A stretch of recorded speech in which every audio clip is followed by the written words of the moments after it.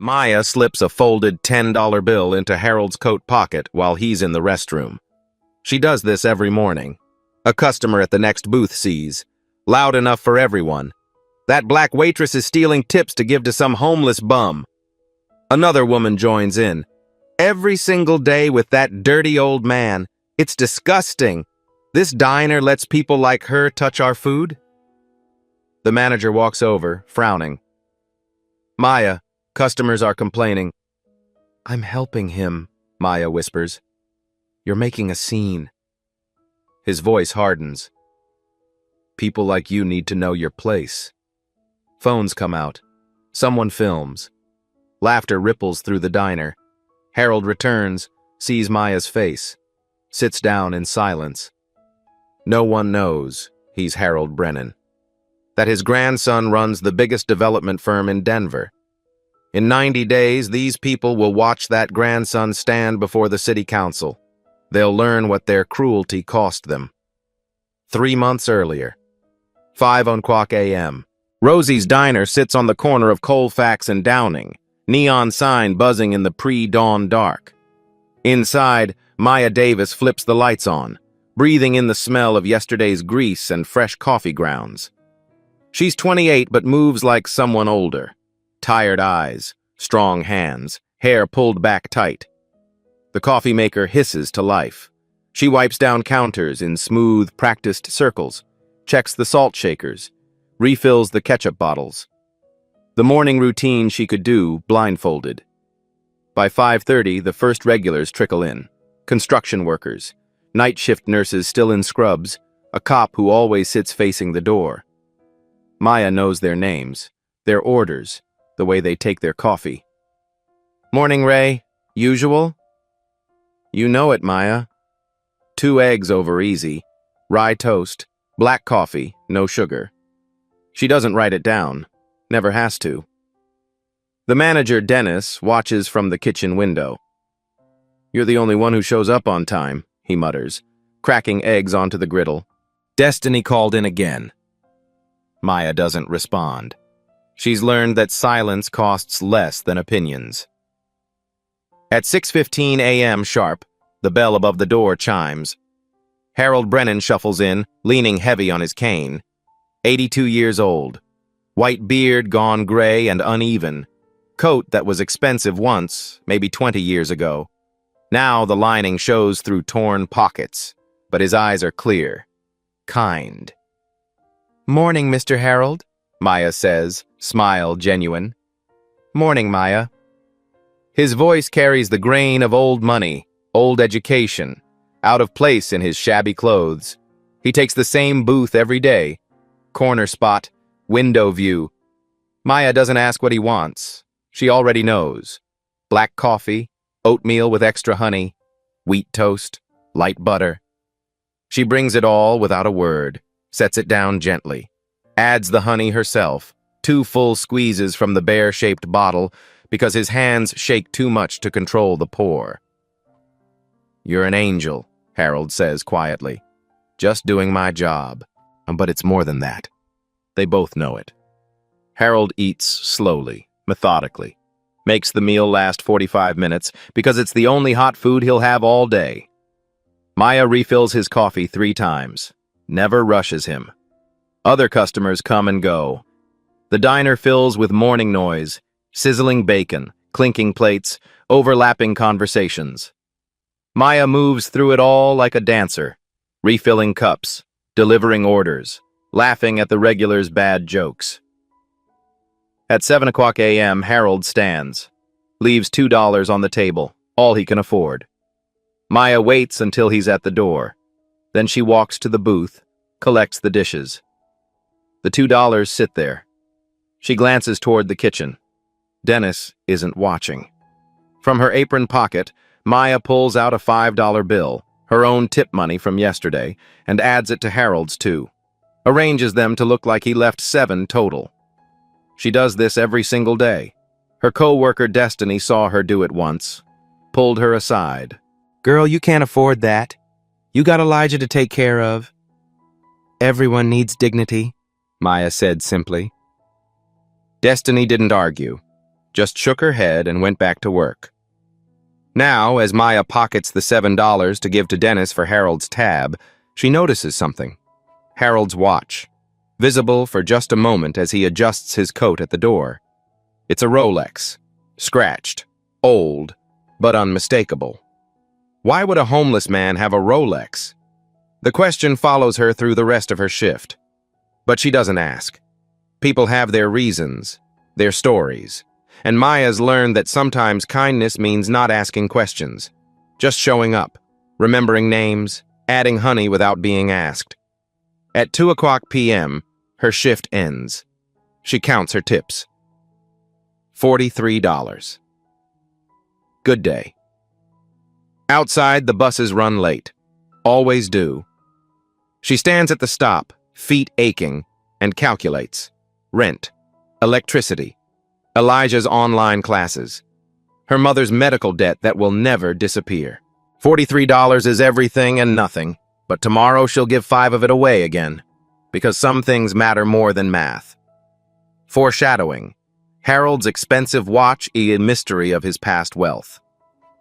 Retention technique, contrast of world's beginning, Maya's poverty versus hint of Harold's former status. Maya takes 2 buses home, 45 minutes through Denver traffic, standing room only.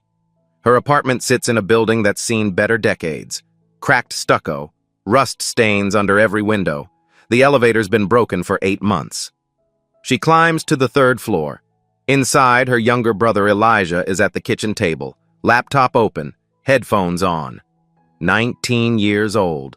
Works the overnight shift at a warehouse, studies web development during the day. He doesn't hear her come in. Maya drops her bag, kicks off her shoes. The relief is immediate and painful. Her feet scream. On the counter, bills. Always bills. Electric, past due in red letters.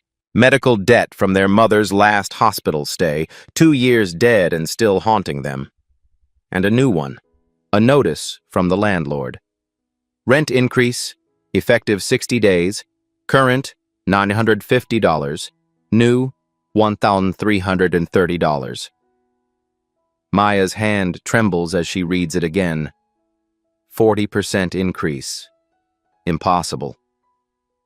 Building's been sold, Elijah says behind her. He's pulled off his headphones. Guy downstairs told me. Some development company bought the whole block. Maya closes her eyes. We can't afford that. I know. I'll pick up more shifts. You already work doubles 3 times a week. Elijah's voice cracks. Sis, you're gonna burn out. We'll be okay. She turns, forces a smile. We always figure it out. But neither of them believes it this time.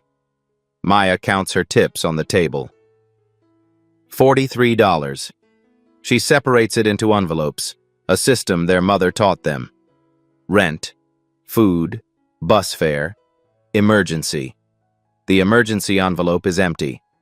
Elijah watches. You gave Harold money again today, didn't you? Maya's hands still. Destiny texted me, he says gently. Sis, I love that you care, but we're drowning too. He has nothing. Maya's voice is barely a whisper. We have this. We have each other. For how long? If we get evicted, we won't. How do you know? She doesn't answer. Can't. They eat ramen for dinner. Share one bowl to save money. Elijah tells her about his online class, learning JavaScript, building websites, dreaming of a better life. Maya listens, nods, pretends her heart isn't pounding with panic. At 9:00 p.m., Elijah leaves for his warehouse shift. Maya watches him go, then sits in the dark apartment, listening to the neighbor's TV through the thin walls. She thinks about Harold, about his quiet dignity, his careful way of eating, the way he always says thank you like he means it. She thinks about the Rolex, and she wonders, what happened to him? How does someone fall so far? But mostly she wonders, What happens when kindness isn't enough? Across town, Harold walks 6 blocks from the diner to the Mission Street shelter. The line is already forming. 30 men waiting for beds.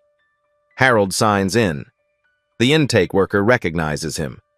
"Evening, Mr. Brennan. Your grandson called again. 4th time this week." Harold's jaw tightens. "What did you tell him?" "Same as always. That you're an adult. We can't make you contact him." "Good. He's worried about you.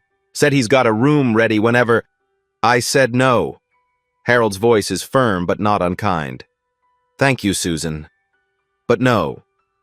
She sighs, knows better than to push. Harold climbs the stairs to the 2nd-floor bunk room. His assigned bed is against the back wall. The mattress is thin, stained. The man in the next bunk is already snoring, mouth open. Harold sits, pulls out a worn paperback from his coat pocket. The Architecture of Community by Christopher Alexander. Pages falling out. Spine held together with tape. He reads by the dim overhead light until 10 o'clock p.m. when they turn the lights off. Then he lies there, hands folded on his chest, staring at the ceiling. Thinking about his son, the accident, the years of silence before. Thinking about his grandson, Connor. Good boy. Smart. But trapped in the same machine that destroyed his father. Thinking about Maya, the kind waitress who doesn't know she's teaching him how to accept grace. He sleeps badly. Dreams of buildings he designed 40 years ago. Libraries, schools, public housing that treated poor people like human beings. Dreams of what could be. What should be. Connor Wallace enters the diner at 10:30 a.m. on a Wednesday. The morning rush has cleared. Only a few stragglers nursing coffee. He's 35, 6'2", suit that costs 3 months of Maya's rent, hair graying at the temples, stress, not age. He sits at the counter, doesn't look at his phone, just sits. Maya approaches with the coffee pot.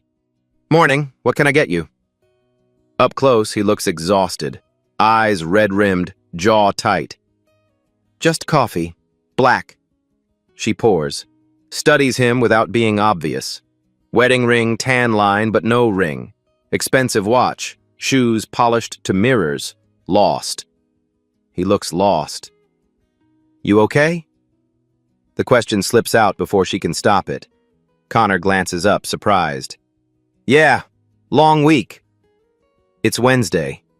A small smile cracks his face. "Exactly."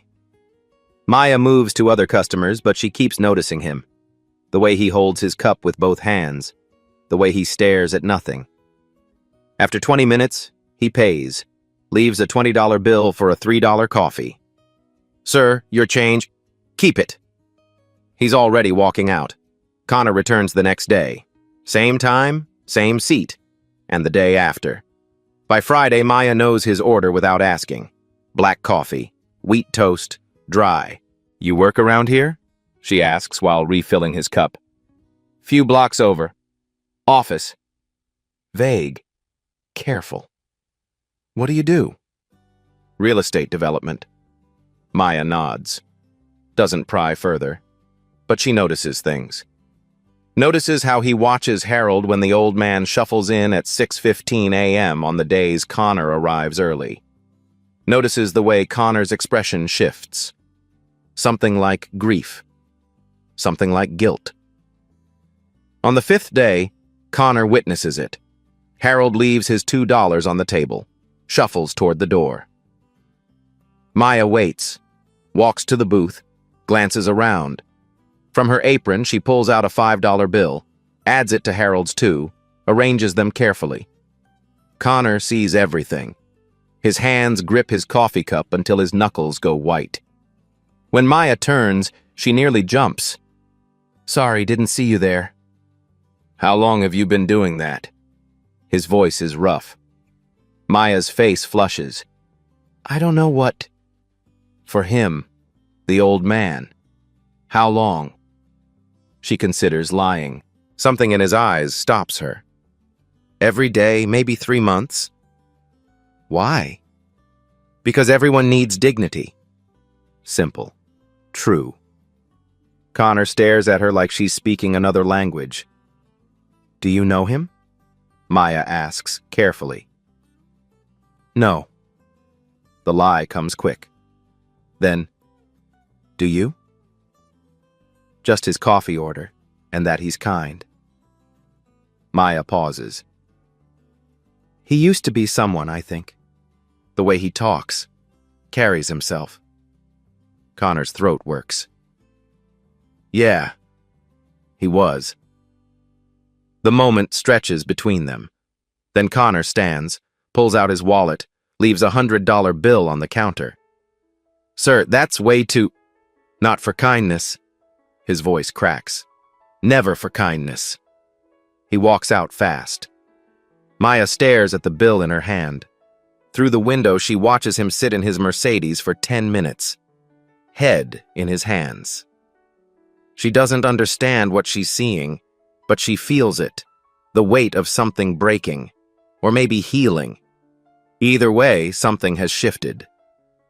The news breaks on a Tuesday morning.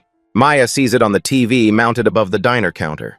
Local news, graphics, serious voices. Breaking. Wallace Development Group announces Mile High Renaissance Project, a $400 million development plan that will transform downtown Denver. The screen shows renderings, glass towers, shopping districts, luxury living. Will require demolition of a 4-block area currently designated as economically distressed. Maya's stomach drops. The map appears. Red boundary lines. Rosie's diner sits dead center. No, she whispers. Dennis comes out from the kitchen, sees the TV, goes pale. That's us, Destiny says from across the counter. That's our block. The reporter continues. The project, spearheaded by CEO Connor Wallace, promises to bring jobs and economic revitalization to the area. A community meeting is scheduled for Thursday evening. Connor Wallace. Maya's blood runs cold. The man from the diner. The one who watched her. Who left $100 tips. He's destroying her neighborhood. That evening, Maya sits in the public library, uses the free computer to search Connor Wallace Denver. Pages of results. Forbes articles. Business journals. Photos of him in tuxedos at charity galas. Then she finds it. An older article 5 years back. Photo, Connor Wallace standing with an elderly man at a museum opening. The caption reads, Connor Wallace with his grandfather, renowned architect Harold Brennan at the Brennan Public Library dedication. Maya zooms in on the photo. The old man in the tuxedo looks different. Well-fed, clean, healthy, but the eyes are the same. Harold. Her hands shake on the mouse. Harold Brennan, famous architect. And Connor Wallace is his grandson, the man she helps every day, the man she gives her tip money to, is related to the man destroying her home. Maya's mind spins. Nothing makes sense. Why is Harold homeless if his grandson is a millionaire? Why did Connor watch her in the diner? What is happening? Thursday evening. The community meeting is packed. Washington Park Recreation Center. 200 folding chairs, every seat filled. People standing along the walls. Maya arrives with Elijah and Destiny. They squeeze into the back. On stage, a presentation screen, a panel table. Connor Wallace sits in the center, flanked by lawyers and city officials. He wears a different suit, navy blue, armor. His eyes scan the crowd. Stop on Maya. For a moment, something flickers in his expression. Then the mask returns. The presentation begins. Slick PowerPoint, economic projections, job creation numbers, tax revenue increases, blighted area, economically distressed, underutilized properties. They're talking about homes, businesses, lives. During the Q&A, people stand up, angry, desperate. A single mother. Where are we supposed to go? I've lived here 12 years. A barber. My shop has been here 30 years. My father's before that. Connor's responses are smooth, prepared. Relocation assistance packages. Fair market value. We understand this is difficult, but his eyes are dead. He said these words 100 times. Then Maya stands. The room quiets. Something about her presence, her stillness. Mr. Wallace, she says. Her voice carries. You've been coming to Rosie's diner for 2 weeks. Connor's face doesn't change, but his hands grip the table edge. You've watched us, our customers, our community. Maya's voice strengthens. You know we're not blight. You know we're not distressed. We're people. We're neighbors. We remember each other's names. Someone in the crowd murmurs agreement. This isn't about economics, Maya continues. It's about power. You have it. We don't. And you're using that power to erase us. Connor stands slowly. Ms. Davis, Maya Davis, Ms. Davis, I understand your concerns, but this project will benefit the entire city. Benefit who? Her voice sharpens. The people you're displacing? Or the people who can afford your luxury towers? The room erupts in applause. Connor's jaw tightens. This isn't personal. It is to us. Silence falls. Connor's eyes lock with Maya's across the room. Something passes between them. Recognition. Challenge. Ms. Davis, he says carefully. I'd like to speak with you, privately. My office. Tomorrow, 3 p.m. The room buzzes with whispers. Maya's heart pounds. Why? Because I think we have more to discuss than will fit in a public meeting. He slides a business card across the table. A city official brings it to her. Heavy cardstock, embossed lettering. Connor Wallace, CEO, Wallace Development Group. Maya stares at it. What is he doing? Friday, 2:45 p.m. Maya stands outside Wallace Tower. 40 stories of glass and steel. She's wearing her best outfit. A dress from Target. 3 years old. Elijah ironed it for her this morning. She doesn't belong here. The lobby is marble, chrome, a waterfall feature, security guards, women in heels that cost more than Maya's monthly rent. She approaches the desk. I have a meeting with Connor Wallace. The receptionist's eyebrow raises. Skeptical. Name? Maya Davis. A pause. Computer typing. Then, 40th floor. He's expecting you. The elevator is glass. Maya watches the city shrink below her. Her reflection stares back. Tired eyes.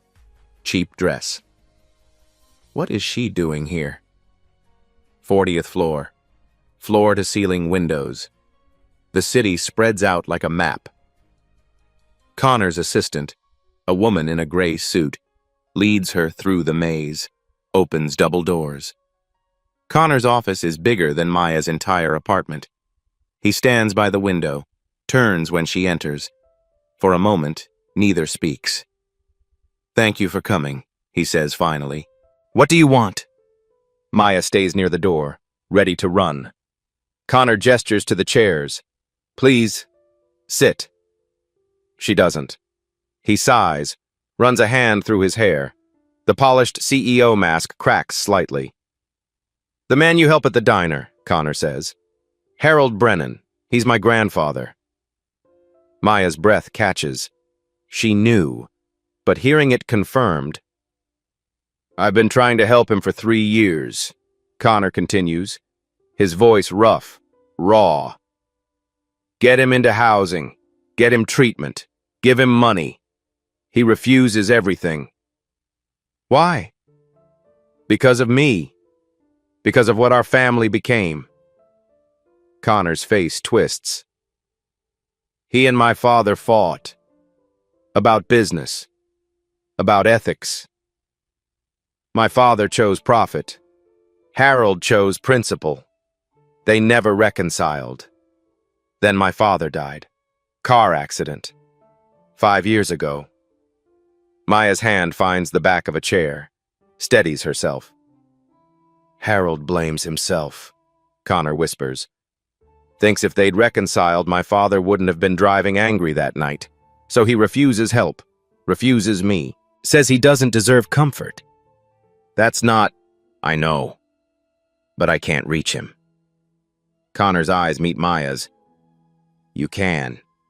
He talks about you, the kind waitress. You're the only person he trusts. The room spins. I need your help, Connor says. Help me understand him. Why he won't accept help. What he needs. And in exchange, you'll stop the demolition. I'll delay it. 90 days. Give your community time to organize. Find alternatives. Maya's throat tightens. Why should I trust you? Connor pulls out a folder, opens it. Photos of Harold. At the shelter. Looking frail. Sick. Because I'm losing him. Connor's voice breaks. And you're the only person he trusts. Maya stares at the photos. Harold looking thin, haunted. Her heart clenches. What exactly do you want from me? She asks. Connor closes the folder. Spend time with him. Talk to him. Help me understand why he's like this. What happened to make him choose the streets over? He gestures at the office. This. Night. You want me to spy on him? I want you to bridge a gap I can't cross. Connor's voice is steady now. Direct. He sees me and sees my father. Sees the business that destroyed our family. But you, he trusts you. He told the shelter staff you're the only person who treats him like he still matters. Maya's eyes sting. 90 days, Connor continues. I'll file for demolition delay.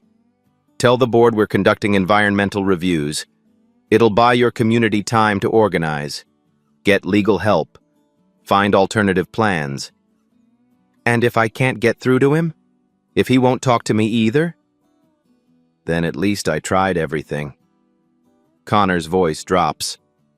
And you still get 90 days. Maya turns to the window, looks out at the city. Somewhere down there, Harold is eating lunch from a food pantry, sleeping on a shelter cot. And somewhere down there, 200 families are terrified of losing their homes.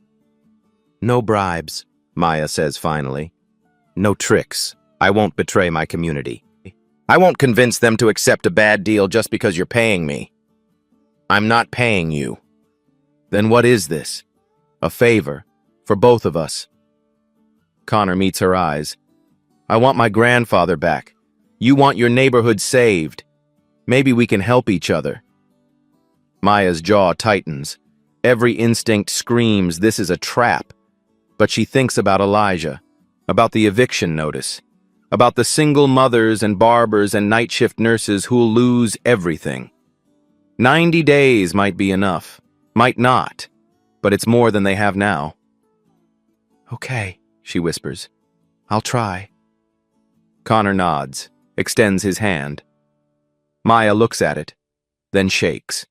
His grip is firm, desperate. As she leaves the office, Maya feels the weight of two worlds pressing down on her shoulders and wonders which one will crush her first. For 3 weeks, Maya keeps her promise. She spends extra time with Harold at the diner, asks gentle questions, listens to his stories. He tells her about his wife, Catherine, died 10 years ago, cancer.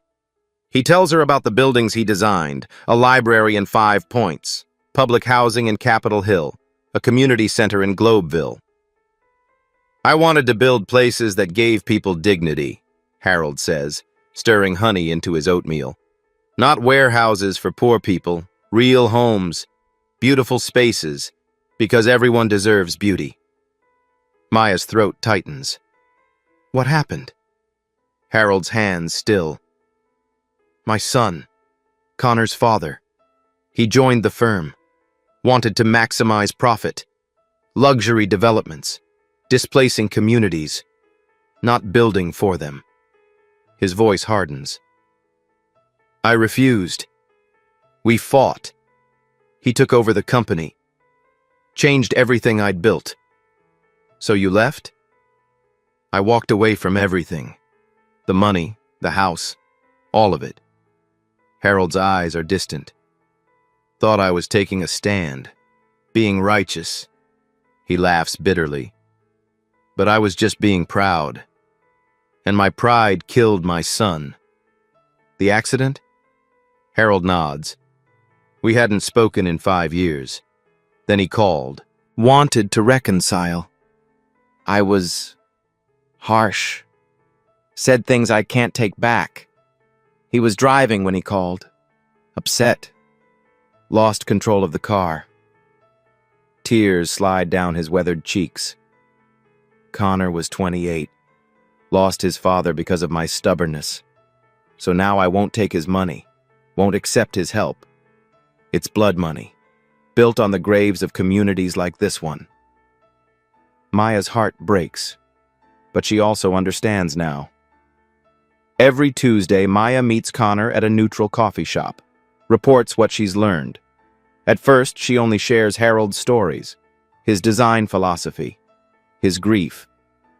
But Connor presses for more. Where exactly does he spend his days? Which social workers talk to him? What shelters does he avoid? Maya hesitates, but tells him. Connor listens, takes notes, thanks her. She doesn't see the trap closing. Week 4. Harold stops coming to the diner. Maya panics, calls the shelter. They confirm he's still there, still breathing. But he's not going out much, the intake worker says. Something upset him. Maya visits the shelter after her shift, finds Harold in the day room, staring at nothing. Mr. Harold? He looks up. His eyes are cold. You told him? Maya's stomach drops. Told who? My grandson. You've been reporting back to him. He was worried. Social workers showed up at the library. Harold's voice shakes. My library. The one place I felt safe. They said Connor sent them, that he was monitoring my well-being. He stands, trembling with rage and hurt. I trusted you. Mr. Harold, I was trying to help. You were spying. For him. For his guilt money. Harold's face crumples. I thought you were different. I thought you saw me as a person. But I was just a project to you, a problem to fix. That's not true! But Harold turns away, walks to his bunk, doesn't look back. Maya stands there, throat closing, as the room spins. What has she done? The next day at the diner, Destiny corners her. People are talking, she says, low, angry. Saying you've been meeting with Wallace, that you cut some private deal. Maya's blood runs cold. Who's saying that? Everyone. Destiny's eyes are hard. Is it true? I was trying to help Harold. Or were you helping yourself? Destiny steps closer. Did he offer you money? A job? What did you sell us out for? Nothing. I didn't. But the other staff are watching now. Customers, too. A cook comes out from the kitchen. My sister got her eviction notice yesterday. 60 days to leave. She's got 3 kids. I'm sorry, Maya whispers. Are you? His voice rises. Or are you getting a payout while the rest of us lose everything? Maya backs toward the door. I would never. Then why are you meeting with Wallace? Destiny's voice breaks. We thought you were one of us, but you're just like them. Willing to step on people to climb higher. Maya runs. Outside, she leans against the wall, gasping for air. Her phone buzzes. Text from Elijah. People are saying things about you. What's going on? Then another text. This one from Connor. Demolition proceeding as scheduled. Thanks for your help. Your relocation package will arrive next week. Maya's vision blurs. No, no, no, no. She calls Connor. It goes to voicemail. She runs to Wallace Tower. Security stops her at the desk. I need to see Connor Wallace. Do you have an appointment? No, but... Then you'll need to schedule one. The guard's face is stone. Maya stands there, shaking. The 90 days are up. Connor got what he needed, information on Harold. And now he's proceeding with demolition anyway. She was a tool, a useful idiot, and she destroyed Harold's trust for nothing.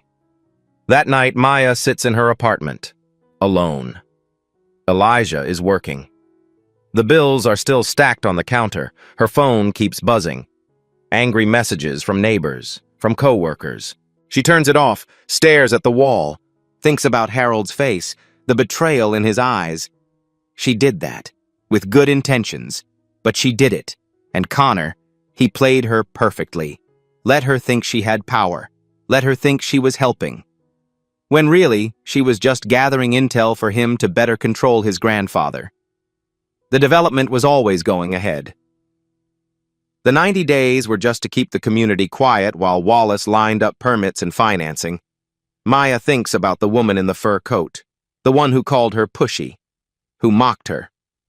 That woman was cruel, but Maya is worse, because she betrayed someone who trusted her, someone who had nothing but still chose dignity, and she did it thinking she was being kind. The memory of Harold's words haunts her. I thought you were different. So did she. Maya doesn't go to work the next day, or the next. Dennis calls, leaves a voicemail. You're fired. Don't come back. She doesn't blame him. On the third day, Elijah sits her down. You gotta tell me what happened. So she does. All of it. The deal with Connor, Harold, the betrayal. Elijah listens, doesn't interrupt. When she finishes, he's quiet for a long moment. Then, you messed up. I know. But your heart was right. He squeezes her hand. Now fix it. How? Harold won't talk to me. The community hates me. Connor used me. It's over. Is it? Elijah leans forward. Or are you just scared to fight back? Maya looks at her brother. When did he get so wise? Harold trusted you once, Elijah continues. Maybe he will again, but you gotta earn it. Show him you're on his side for real this time. How? Fight the demolition. Not for yourself. For everyone. Including him. Maya goes to the shelter the next morning. Harold is in the day room reading. He sees her, turns away. Mr. Harold, please. Maya's voice cracks. I know you don't want to talk to me. I don't blame you, but I need to apologize. Well, he doesn't respond. I was wrong. I thought I was helping, but I was just playing both sides, trying to save everyone. And I ended up betraying the one person who never asked anything from me except basic kindness. Tears stream down her face. I'm sorry, I'm so sorry. Harold's shoulders are rigid. Maya turns to leave. Then, my grandfather used to say, Harold's voice stops her, that good intentions pave the road to hell. But he also said that genuine remorse paved the road back. Maya turns. Harold is looking at her now. You were kind to me when no one else was, he says quietly. That doesn't disappear because you made a mistake. But I hurt you. Yes, he nods. You did. Because you got caught between my grandson and me. Between power and principle. He pats the seat next to him. That's not entirely your fault. It's ours too. Maya sits, carefully. Connor isn't evil, Harold says. He's trapped. By his father's legacy. By the board. By investors who only see numbers, not people. He wants to help me, but he doesn't know how to help without controlling. He lied to me. Said he'd delay the demolition. Did he put it in writing? Maya's breath catches. No. Then he didn't lie. He misled. There's a difference to men like him. Harold's voice is sad. That's what the business does. Teaches you to be technically honest while morally bankrupt. Maya's hands clench. So what do we do? We? Harold looks at her sharply. If you'll let me. If you'll give me another chance. Maya's voice strengthens. I want to fight this. Not just for me. For everyone. And I think you know how. Harold is silent for a long moment. Then he stands. Follow me. They take the bus to a storage unit in Aurora. Harold unlocks it with a key he keeps on his person. Inside, boxes. Dozens of them. Harold opens one. Pulls out rolled blueprints. Architectural plans. Decades old but preserved with care. This is everything I designed, he says. Before the company changed. Before profit became the only goal. Maya unrolls a plan. Her breath catches. It's their neighborhood, from 40 years ago. But different. Better. Mixed-income housing, community spaces, parks, local businesses integrated with residential, affordable and beautiful. This is what development should look like, Harold says. Not erasing communities, elevating them. Maya's mind races. Could this still work? Today? With modern updates? Yes. Harold's eyes gleam. But we'd need help. Lawyers, city council allies, community support. I might know someone. Maya thinks of Linda Moore, city council member, spoke against the project at the meeting. Harold nods slowly. Then let's build a case. Not against Connor, against the system that trapped him. You want to save your grandson? I want to save everyone. Harold's voice is firm. Including him. 3 weeks later. The city council chamber is packed. Standing room only. News cameras line the back wall. On one side, Wallace Development. Connor sits flanked by lawyers in expensive suits. Behind them, board members, investors, city officials who've already been bought. On the other side, the community. Maya, Harold, Destiny, Elijah, Linda Moore, families with handmade signs. Homes not profits. People over luxury. The gallery is electric with tension. Wallace Development presents first. Connor's lead attorney, a sharp woman named Patricia, delivers the pitch.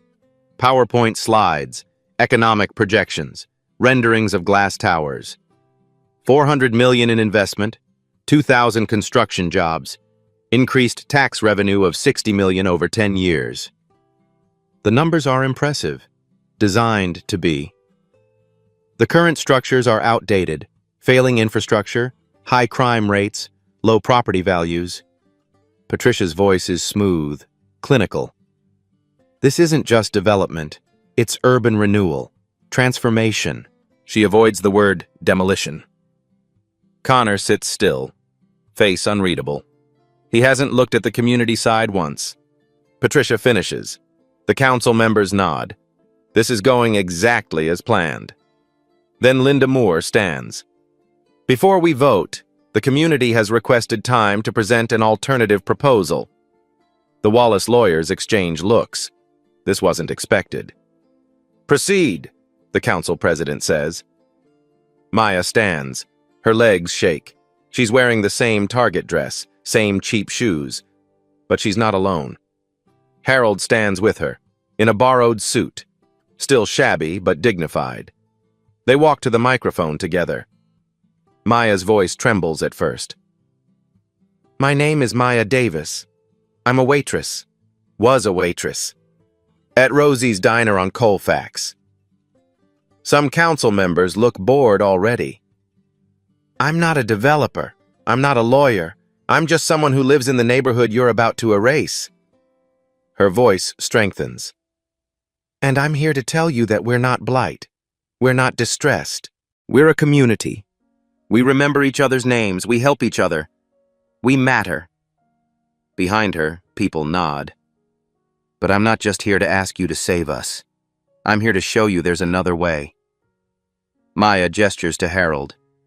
This is Harold Brennan. Some of you might remember him. He designed half the public buildings in this city 40 years ago. A few council members sit up straighter. Recognition flickers.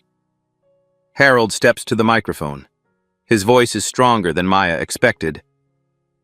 I designed public housing in Capitol Hill, the Brennan Library in 5 Points, community centers in Globeville and Westwood. He pauses. I built them with a simple philosophy. Everyone deserves dignity. Poor people deserve beauty. Communities deserve to be elevated, not erased. He nods to Elijah, who's manning a laptop. Images appear on the screen. Harold's old buildings. Still standing. Still beautiful. 40 years ago, I created plans for the exact neighborhood Wallace Development wants to demolish. Harold's hands don't shake now.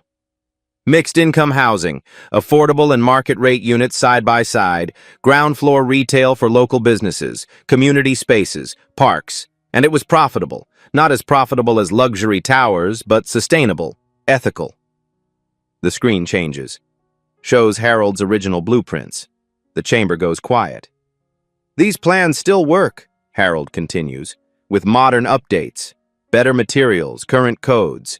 We could build something that serves everyone, not just the wealthy. Linda Moore stands. Mr. Brennan, is Wallace Development aware of these plans? My grandson knows they exist, but he's never asked to see them. All eyes turn to Connor. His face has gone pale. Actually, Maya says, stepping back to the microphone, I want to share something else. Elijah switches the slide. Harold's napkin appears on the screen, wrinkled, coffee-stained. The handwriting shaky but clear. True wealth is measured by who remembers your name when you have nothing left. Maya's voice fills the chamber. Harold Brennan wrote this on a napkin at Rosie's Diner 3 months ago. He gave it to me, a waitress making $8 an hour plus tips. I kept it because it was beautiful, because it was true. She turns to face Connor directly now. This man built half your public spaces. He chose integrity over wealth, lost everything, and now he's homeless, sleeping in shelters. And his grandson, her voice breaks. His grandson is trying to demolish the last neighborhood where someone treats him like a human being. The chamber is dead silent. Connor's hands grip the table, white-knuckled. I messed up, Maya continues. I tried to help Harold by working with Connor. I thought I could bridge the gap, but I learned something. She looks at the council, at the cameras, at the community behind her. You can't bridge a gap when one side has all the power and the other has none. Real change doesn't come from deals made in penthouses. It comes from people standing together and demanding dignity. Applause erupts from the community side. The council president bangs his gavel. Order! Maya steps back, shaking. Harold puts a hand on her shoulder. Linda Moore addresses the council. I move that we table the Wallace Development proposal and appoint a committee to review Mr. Brennan's alternative plans. Second, another council member says immediately. The council president looks uncomfortable. Mr. Wallace, do you wish to respond? All eyes turn to Connor. He sits frozen, staring at the napkin on the screen. His grandfather's handwriting. The napkin he found in Maya's apron pocket after she was fired. The napkin that's been in his desk drawer for weeks. His attorney leans over, whispers urgently. Connor stands slowly, walks to the microphone. The silence is suffocating. That's my grandfather's handwriting, Connor says, voice barely audible. I didn't know he was writing philosophy on napkins. He looks at Harold across the room, really looks at him. I didn't know a lot of things, Connor continues. His voice cracks. I've been trying to help him for 3 years. Give him money, a home, security. Everything I thought mattered. Tears well in his eyes. But Ms. Davis helped him by giving him the one thing I couldn't. He looks at Maya now. Dignity. She saw him as a person, not a problem to fix, not a source of guilt. Just a person who deserved kindness. The chamber holds its breath. Connor's hands shake. I'm withdrawing the demolition application. Gasps ripple through the room. Patricia grabs his arm. Connor, the board will never... He pulls free. I'm withdrawing it. We're going back to the drawing board. His voice strengthens. If this council will permit it, Wallace Development will work with my grandfather to implement his plans. Mixed income housing, preservation of local businesses, community-first development, and we'll do it without displacing a single family. The community side erupts, cheering, crying. The Wallace lawyers look like they've been hit by a truck. Connor stands at the microphone, tears streaming down his face, while his grandfather watches from across the room. Two men, separated by decades of hurt, connected by a waitress who remembered both their names. The council president bangs his gavel, calls for order, eventually calls for a vote. The revised proposal passes unanimously. 2 weeks after the vote, Rosie's Diner, 6:15 a.m. Maya wipes down the counter. Dennis rehired her the day after the hearing, gave her a raise, 5 cents, but still. The bell above the door chimes. Harold enters. Clean coat, new cane, but the same gentle eyes. Morning, Mr. Harold. Morning, Maya. He takes his usual booth, corner spot, window view.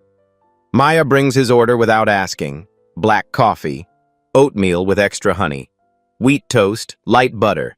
She adds the honey herself. 2 squeezes from the bear-shaped bottle. Harold's hands don't shake as much anymore. Better nutrition. Regular meals at the new community center, the one Wallace Development is funding.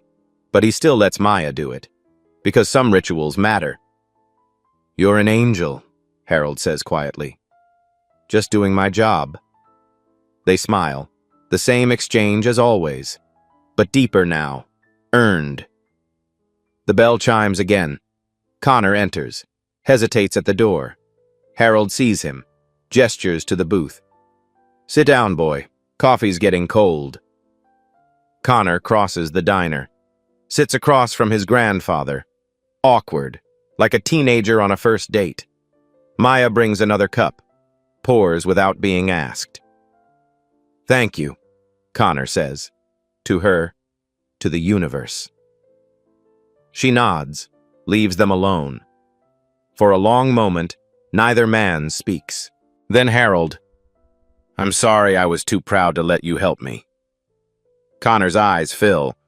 I'm sorry I tried to fix you instead of listening to you. You were trying to love me the only way you knew how. It was the wrong way. But it was still love. Harold's hand crosses the table, weathered, spotted with age. Connor takes it, holds on like a drowning man. They sit like that for 5 minutes, just holding hands. 2 generations of hurt dissolving in silence.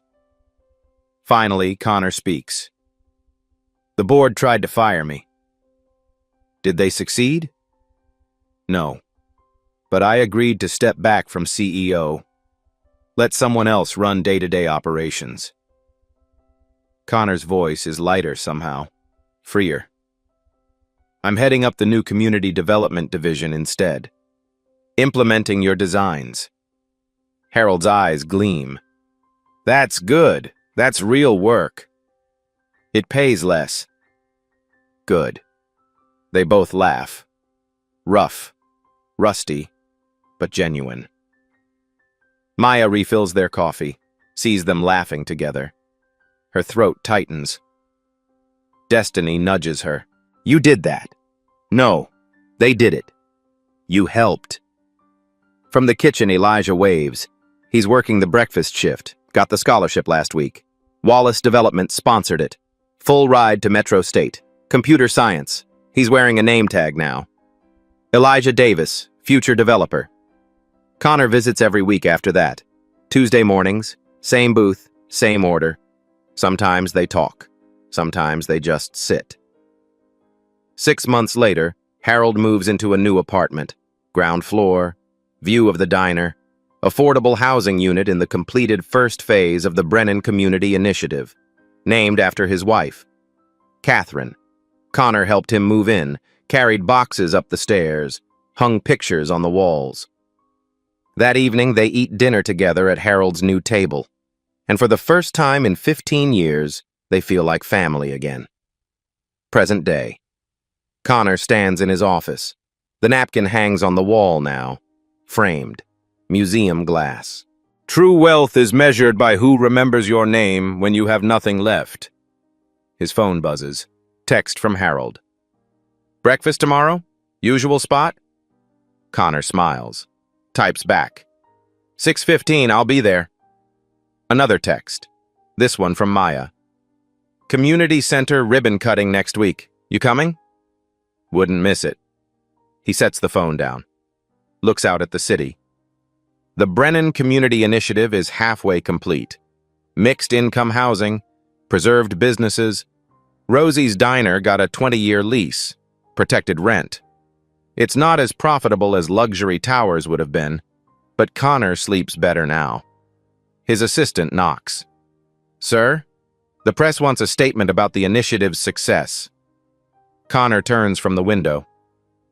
Tell them to talk to Maya Davis. She's the community liaison director, and tell them to spell her name right. Yes, sir. Connor looks at the napkin one more time. His grandfather's shaky handwriting. A waitress's kindness. A city council hearing that changed everything. People ask him what happened. What changed his mind? He tells them the truth. I was trying to build a legacy, but I learned you can't build legacy with demolition. You build it with dignity, one cup of coffee at a time. If this story moved you, hit that like button and subscribe. Share it with someone who needs to remember. Small acts of kindness create big change. And drop a comment below. Have you ever helped a stranger or been helped by one? Your story matters.